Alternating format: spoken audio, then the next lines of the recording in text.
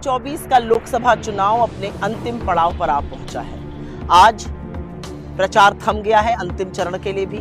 1 जून को अंतिम 7वें चरण का मतदान होगा। 4 जून को इंडिया गठबंधन की सरकार बनेगी। वो सरकार बनेगी जो आपके हक की बात करेगी, आपके सम्मान की, हमारी गारंटी की बात करेगी। लेकिन मुझे कुछ बातें कहने में कोई संशय नहीं, और इस पूरे चुनाव में 2 तरह के प्रचार, 2 तरह के वक्तव्य, 2 तरह का नैरेटिव देखा गया।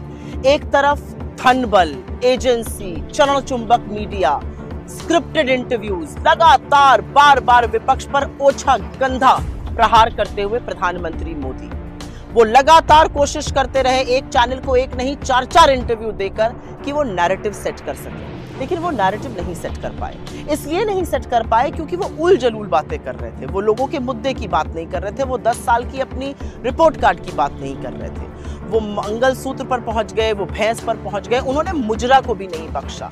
उन्होंने महात्मा गांधी को भी कटघरे में लाकर खड़ा कर दिया। तो कहीं ना कहीं मोदी जी बौखलाए हुए, घबराए हुए, हताश, निराश, एक वो तानाशाह नजर आए जिनकी सत्ता जा रही है और सत्ता के जाने का भय उनको बहुत सता रहा है। तो इस तरफ नरेंद्र मोदी थे जिन्होंने मर्यादा की, अपने पद की प्रतिष्ठा की, राजनीति में शुचिता की, हर सीमा को लांघा। उन्होंने क्या क्या बातें विपक्ष के लिए कही वो शायद मैं कैमरे पर बोल भी नहीं सकती हूँ, लेकिन उन्होंने वो बातें चुनावी मंच से कही। मुजरे की बात, मंगलसूत्र की बात, भैंस की बात, लगातार झूठ बोला।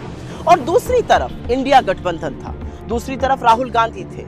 हमने भी ठान ली थी कि नरेंद्र मोदी कितना भी बरगलाएं, वो शहीदों को कितना भी अपमान करें, हम आपके मुद्दों पर डटे रहेंगे। और राहुल गांधी जी ने बीड़ा उठा लिया था रोजगार की बात करने का, महंगाई को खत्म करने का, गरीबी को समाप्त करने का, और सबसे ज्यादा उन्होंने बीड़ा उठा लिया था आपके प्रतिनिधित्व का, गिनती का, और उसी पर वो डटे रहे। ये सारा चुनाव हमने मर्यादा से, प्रतिष्ठा से, आलोचना जरूर करी, लोगों को कटघरे में खड़ा किया, उनसे सवाल पूछे, तीखे सवाल पूछे, कटु वचन बोले, लेकिन मर्यादा की, शुचिता की, प्रतिष्ठा की कोई भी सीमा हमने कभी नहीं लांघी। और इस बात का बड़ा फक्र है, कांग्रेस की जो कैंपेन थी वो लोगों के मुद्दे पर केंद्रित रही, और यही इंडिया गठबंधन की भी कैंपेन थी। हम सब लोग खटाखट आपकी बात कर रहे थे।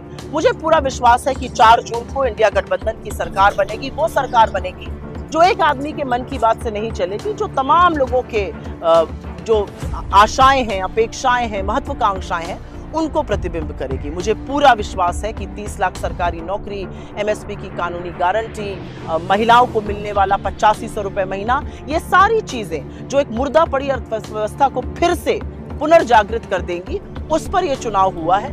लोग बहुत समझदार हैं, हिंदुस्तान की जनता बहुत समझदार है, और मुझे पूरा विश्वास है कि 4 जून को इंडिया गठबंधन की सरकार बनेगी और हम वो सारी गारंटी पूरी कर सकेंगे जिसका हमने आपसे वादा किया। लेकिन अभी के लिए जरूर कहना चाहती हूँ, बड़ा फक्र है, बड़ा संतोष है, जो कैंपेन कांग्रेस पार्टी ने और इंडिया गठबंधन ने चलाई वो आपकी कैंपेन थी, आपकी आवाज थी, आपके मुद्दे थे।